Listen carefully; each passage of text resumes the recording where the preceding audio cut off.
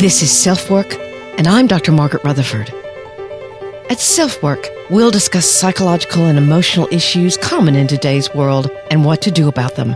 I'm Dr. Margaret, and SelfWork is a podcast dedicated to you taking just a few minutes today for your own self-work. Hello, and I'm so glad you're here at SelfWork. I'm Dr. Margaret Rutherford. I'm a clinical psychologist who's lived and worked in Fayetteville, Arkansas for 30 years. And I know you have a lot of choices of what you listen to, so I really am so glad you're here at SelfWork. I started about 5 years ago to extend the walls of my practice.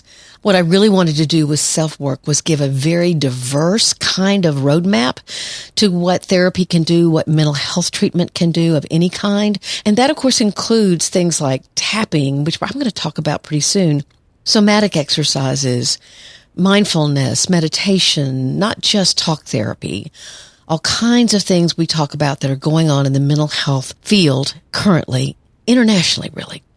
Before we start today's episode, I want to thank C. Mayhew, who left me a review for Perfectly Hidden Depression on Amazon, and it's from the United Kingdom, which is just thrilling to think that my book, which has been actually translated into 7 different languages, is being read internationally. So he or she says, I started reading the book and it resonated so quickly. I also watched the podcast. Fascinating and poignant. I've not finished the book yet, but I've already sent 2 more copies to close friends. Excellent and recommended. Wow. Thank you so very much. Hope you're still listening to the podcast so you hear this. I really appreciate it. I'm busy writing a workbook for Perfectly Hidden Depression, and I'm excited that maybe it will get accepted and come out in the near future. Now let's turn to this episode. I think some of the most poignant messages I receive are the ones from people who love someone that they're watching become less and less like themselves and are frightened about what's going on or what could be going on. I received an email this week from a wife who's very concerned about her husband. We'll call him John. She says, he always has an excuse for his extremely busy schedule. Over the past several months, he's been acting very differently and has been more open about his unhappiness and will even admit to being depressed. He's also very confused. I came upon your podcast and book as I was searching for stuff about midlife crisis. My husband has said that he thinks he may be going through one. We started couples therapy and are doing EFT. I think she means emotionally focused therapy there. It's a little unclear. But he'll say things like, I don't think this is what's really wrong, or she, meaning the therapist, is focusing on why I'm smiling during the session when really the problem is that I'm unhappy. I responded to this woman who wrote this email, and we went back and forth, and she said, I'm sort of really wondering if it's burnout. So I wanted to talk about the relationship between burnout and perfectly hidden depression. Of course, all 3 could be present, a midlife crisis, burnout, and perfectly hidden depression. But I could only cover so much in one episode. The listener email today is also someone asking about perfectly hidden depression, but this time about her own potential for it as someone who also suffers with generalized anxiety disorder. She says she got better with therapy and meds, but now off meds, she's angry and irritable. She's asking if I have any idea of what could be going on, and hopefully I can bring a perspective to what she's saying that might be helpful. So in this episode, sponsored by Athletic Greens, we'll try to pull apart burnout and perfectionism that's become onerous and burdensome to the point of someone admitting depression.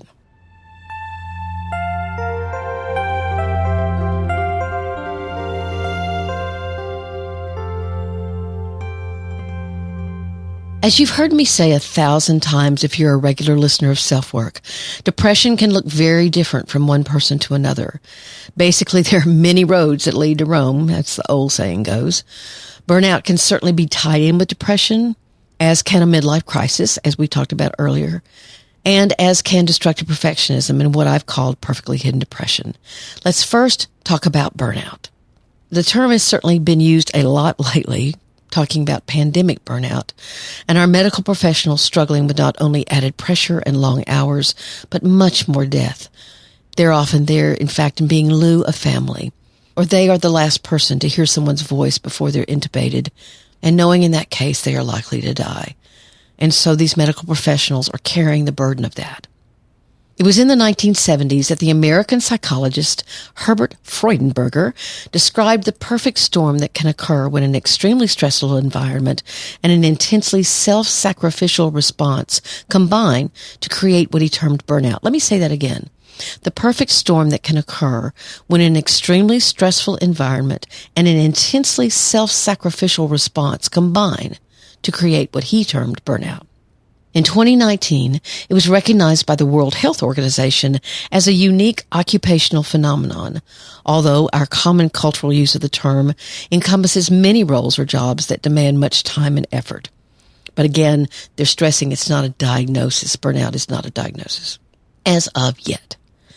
The major symptoms or dynamics that can develop over time in burnout are described as overwhelming exhaustion or intense listlessness, meaning you just can't gather your energy, you don't care, feelings of cynicism and detachment from the job itself, and what begins to be tangible ineffectiveness, and at its worst, deterioration into actual depression.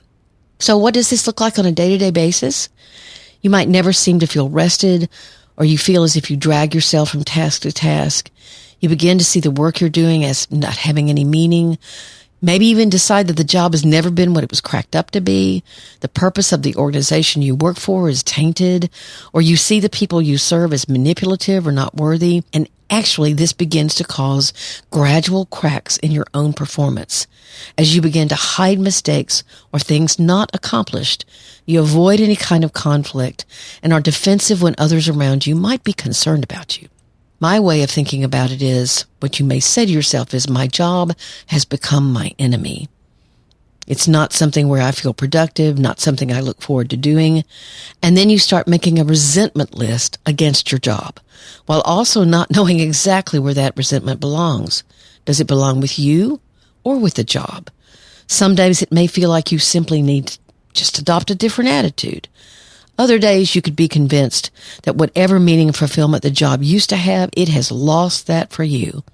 So one day you could be up and the next horribly down. One of the dangers that all my sources stated in my looking up burnout for y'all was that if burnout is allowed to keep on going, it can become very dangerous. It can devolve into a severe depression as, again, you don't know where to assign blame. So let's contrast burnout with perfectionism, basically destructive perfectionism. There are really some interesting correlations between perfectionism and burnout that are in the research. I'll try to break those down for you. There are things called perfectionistic strivings that are not correlated with burnout. So what are perfectionistic strivings? That means you're naturally someone who strives for excellence, but you can also take mistakes in stride. Your eye is on the process of learning and growing, so you're more than likely to avoid burnout. Then there's its cousin, perfectionistic concerns, and those are different. That's when you experience grave concern about how others might be judging or evaluating you. You might think about how you're doing all the time in others' eyes. You're not focused on process, but completely on perfect performance, not only meeting but exceeding the expectations of others. And those perfectionistic concerns are therefore different and much more apt to lead to classic depression and burnout. I'm thinking about some of the Olympians I'm watching right now gather their trophies, and you can tell the ones that are really enjoying the process that maybe they don't do as well as they thought, but they're smiling and cheering.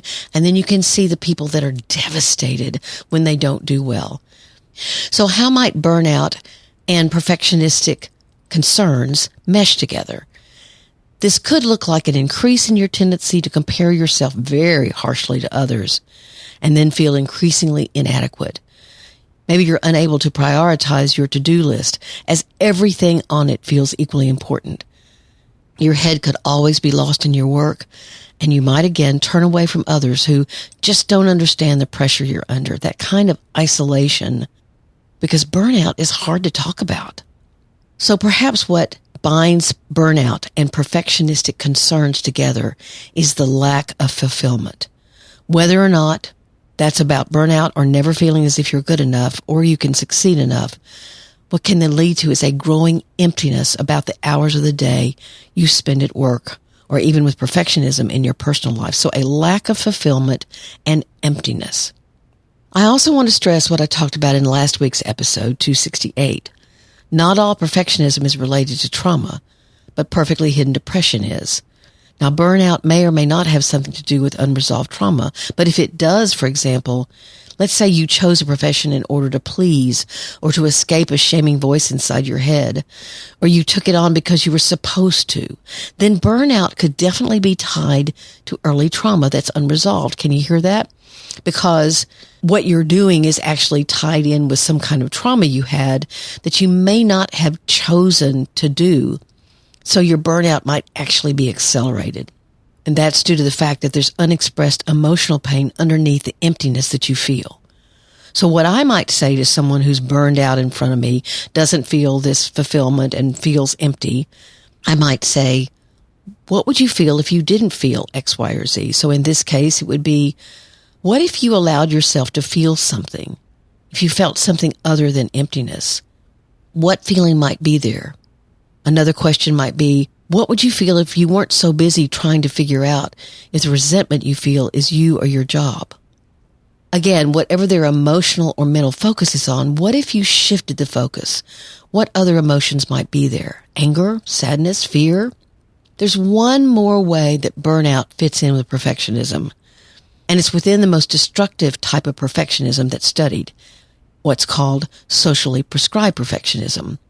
What is that? It's perfectionism that's fueled by a felt need or an obsession with meeting the expectations of others around you. It's different from when you expect perfection from yourself or when you expect perfection from others. You think other people, you perceive that other people expect perfection from you, and your whole life is geared toward fulfilling and even exceeding those expectations. It's like you're on a treadmill where you have no control over its speed or incline. That kind of perfectionism and pressure is strongly correlated with suicidal ideation and or plan. And that's a frightening aspect of burnout to be considered. Also, children who grow up in families or cultural circumstances where emotional survival involves developing a persona of appearing in control, always being responsible, and never revealing emotional pain can learn to hide that pain through a perfect-looking life. You know, if you listen to SelfWork a lot, I am passionate about this message. And remember what Freudenberger said, burnout people are people who have an obsession with proving themselves. And if what lies underneath that mask of control are highly critical and shaming inner voices, you may just feel like you have to prove those voices wrong all the time. And that in itself can add to the vicious cycle because you can get burned out doing that. But you have to, and you have to, and you have to, and you have to continue.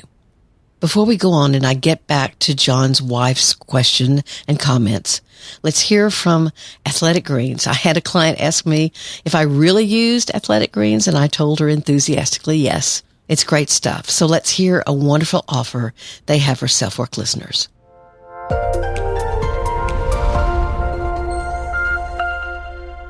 Our partner, AG1, has a product I use every day.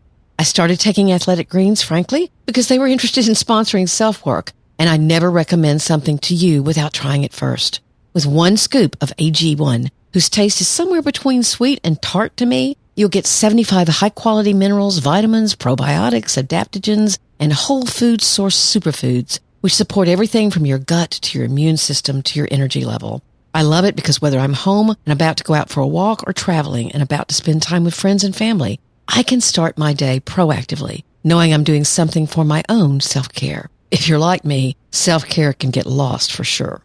In fact, its founder, after having severe gut issues, realized he was taking over $100 a day worth of supplements, which had their own very complicated dosage routine, so he created Athletic Greens. To make it easy, and because you're a SelfWork listener, Athletic Greens is going to give you a free 1-year supply of immune-supporting vitamin D and 5 travel packs with your first purchase. All you have to do is to visit athleticgreens.com/selfwork. Again, that's athleticgreens.com/selfwork to take ownership of your health and pick up the ultimate daily nutritional insurance.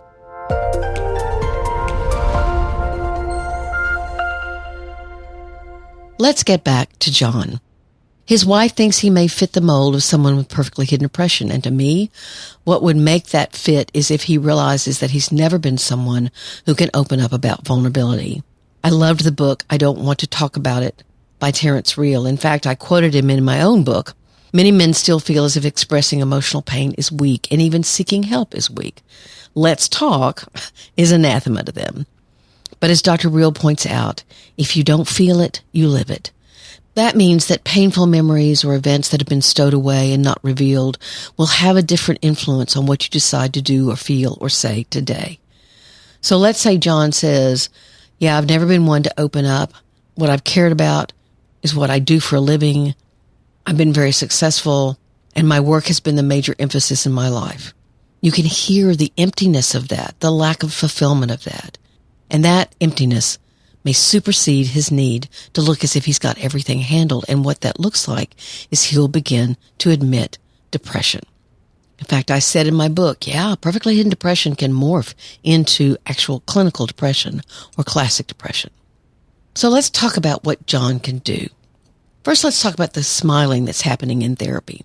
My best guess is that he can admit he feels different or depressed to himself, maybe even to his wife, but maybe he's so unaccustomed and probably terrified of what feelings are stowed underneath that he's still putting on a front in therapy.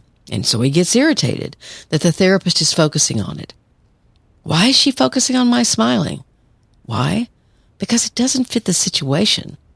Like many people with perfectionism, he can say, I'm depressed, but he can't connect with it. That's something he's never done. He doesn't even have the words to express the pain. They may not be in his vocabulary, but they can be learned. And what I've done with folks like John is I've downloaded a list of emotions and gone over with it. It's amazing to them what actually giving an emotion a name can mean. When you can name it, you are so much closer to feeling it. You can start with very simple words and then move on to more complex emotions. You start with sad, then move to disappointed, then move to inconsolable. You deepen their not only understanding, but their ability to express and find times in their life that they can say, yes, I was inconsolable, and begin to connect with that emotion. That's the first thing that John and his therapist could do. Focus in on that smiling and learn how to connect with those emotions. What else? I'm certainly impressed and happy that he and his wife are talking openly about it, and they're in therapy. However, if he's saying that doing couples work isn't what is needed, then I might suggest switching to one-on-one therapy, where he can focus on finding those words to express what he's struggling to. And here are some suggestions for burnout. Number 1 is do a pragmatic check on the commitment of your time every day. Track the hours you spend on work as well as other activities so you can see for yourself how much mental and emotional energy you're spending on your work obsession. That'll give you some kind of idea of the severity of the problem. I should probably do this myself because when I get in a real bind or when I have several deadlines in front of me, I know I don't give enough attention to my personal life, and I usually have to ask my husband to forgive me and my friends.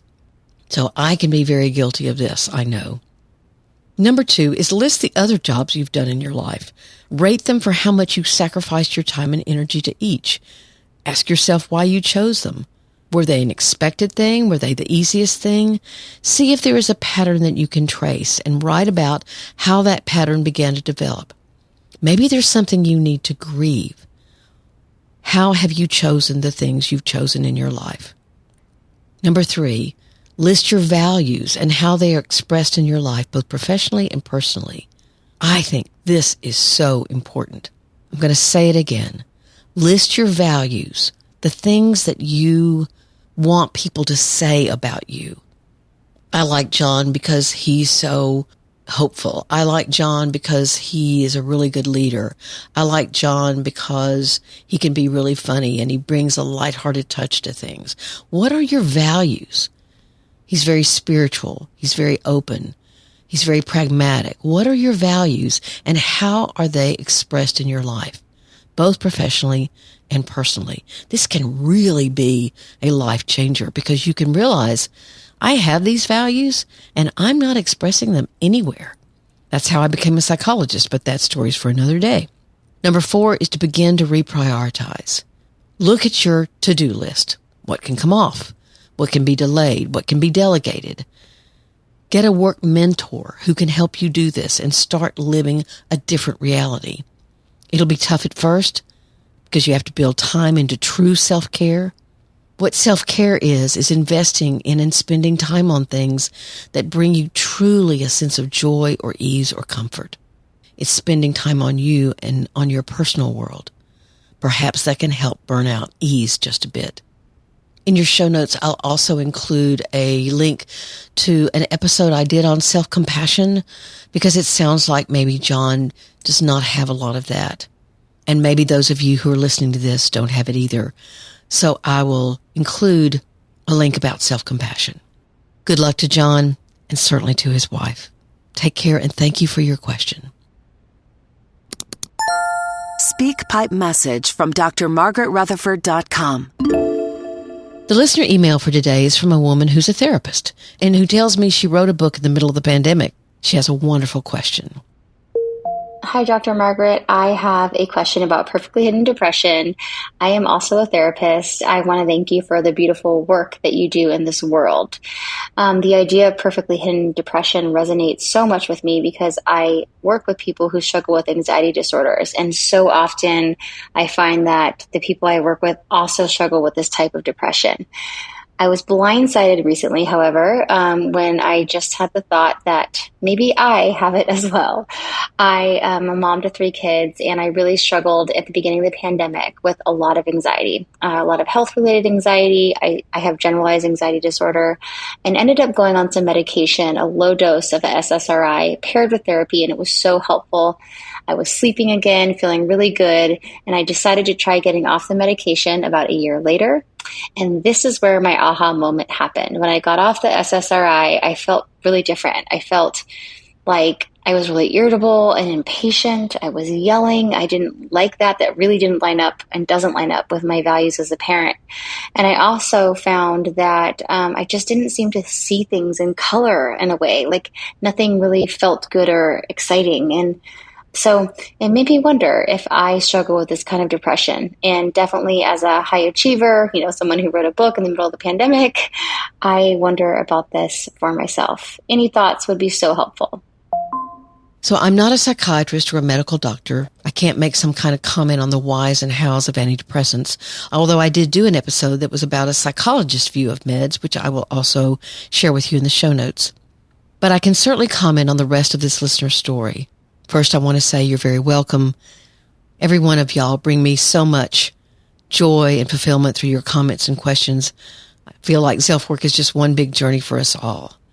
For those of you who don't know what general anxiety disorder is, here's some symptoms: persistent worrying or anxiety about a number of areas that are out of proportion to the impact of the events, overthinking, lots of worst-case scenarios, perceiving situations as events as threatening even when they aren't, difficulty handling uncertainty, being indecisive and fearful of making the wrong decision.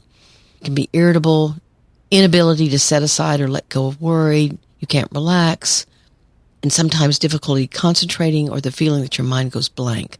Then physical signs are fatigue, trouble sleeping, muscle tension, trembling, nervousness, sweating, stomach issues, and irritability. Okay. I've had patients with GAD, as it's called, who regularly are bombarded with intrusive thoughts, even visualizations of terrible things happening to their loved ones or them. That's obviously severe, but I've also seen someone who I diagnosed with this whose worry was fairly constant but not as dramatic. So what her diagnosis, as well as her response to therapy and meds, suggests is that although the listener is someone with GAD and was triggered by the pandemic, as many were, her system was able to respond very positively to therapy and meds. So she could adapt. She could allow herself into a different emotional and cognitive space. But she was also writing a book. That adds another dimension, doesn't it? Since I've done it myself, I know the immense concentration and energy that takes. So this person is someone who also challenges herself to do the hard things and may not realize when she's overwhelmed, especially if it's not in the old or familiar way of intrusive worry. So that might be important. Actually, something else is that anger and irritability came up for her when she was yelling with her children, for example. So it's kind of interesting that when she wasn't lost in as much anxiety, anger was waiting for her in the background Anger about what? I don't know. But I'd wonder with her if there's anger about old trauma that she's never explored. So without the anxiety, it was sort of like the anxiety was the curtain over the trauma, and then the curtain opened, and there's the anger back behind there. So the pandemic may have first triggered her worry, and then she did therapy and took meds. That was taken care of. Again, her anxiety greatly lessened. But then off the meds, here come feelings that she's not at all accustomed to. Maybe that anger is part of grieving. Maybe the anger could be being stirred up by something else. Or again, it's been waiting for her to discover it. Perhaps it was underneath that worry all along. I remember one time I asked my own therapist, when will I stop being so angry? I don't like being angry. It felt like every session was about my anger, mostly toward the way my childhood had occurred. But when I first started therapy, was that the case? No, ma'am. It wasn't until I'd gotten through other feelings that I allowed my anger to surface, and it was unpleasant. So is this part of perfectly hidden depression, as she wonders? You bet it can be. Again, I'll ask the question I asked a few minutes ago. If you weren't so worried, what else might you feel? Maybe, for her, it was anger. I'd recommend this listener go back into therapy, but this time without medication, and see what could be underneath. And by the way, congratulations on that book.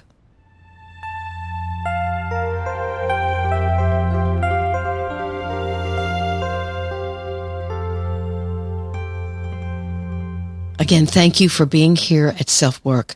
Each of you listening means so much to me.